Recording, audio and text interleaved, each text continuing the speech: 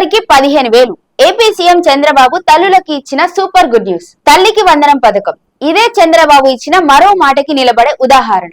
ఎన్నికల్లో హామీగా ప్రకటించిన ఈ పథకాన్ని ఈ నెలలోనే ప్రారంభిస్తున్నట్లు అధికారికంగా ప్రకటించారు సీఎం. ఏపీ కూటమి ప్రభుత్వం ఒక్కొక్క హామీని అమలు చేస్తూ ముందుకెళ్తోంది.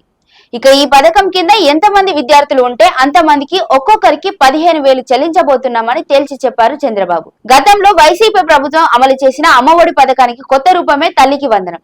గతేడాది ప్రారంభించాల్సిన ఈ పథకం కొన్ని కారణాల వల్ల వాయిదా పడింది. కానీ ఇప్పుడు ఇక ఆలస్యం లేదు. ఈ మే నెలలోనే ఈ పథకాన్ని అధికారికంగా ప్రారంభిస్తున్నట్టు ప్రకటించారు సీఎం చంద్రబాబు. టీడీపీ ఎంపీలు, ఎమ్మెల్యేలు, పార్టీ నేతలతో జరిగిన టెలికాన్ఫరెన్స్ లో ఈ విషయాన్ని స్పష్టంగా తెలిపారు. అంతేకాదు కడపలో మే 27, 28, 29 తేదీల్లో జరగబోయే మహానాడు కార్యక్రమాన్ని ఉద్దేశించి అమరావతి నిర్మాణం నుంచి సంక్షేమ పథకాల వరకు పార్టీ దృష్టిని వివరించారు చంద్రబాబు.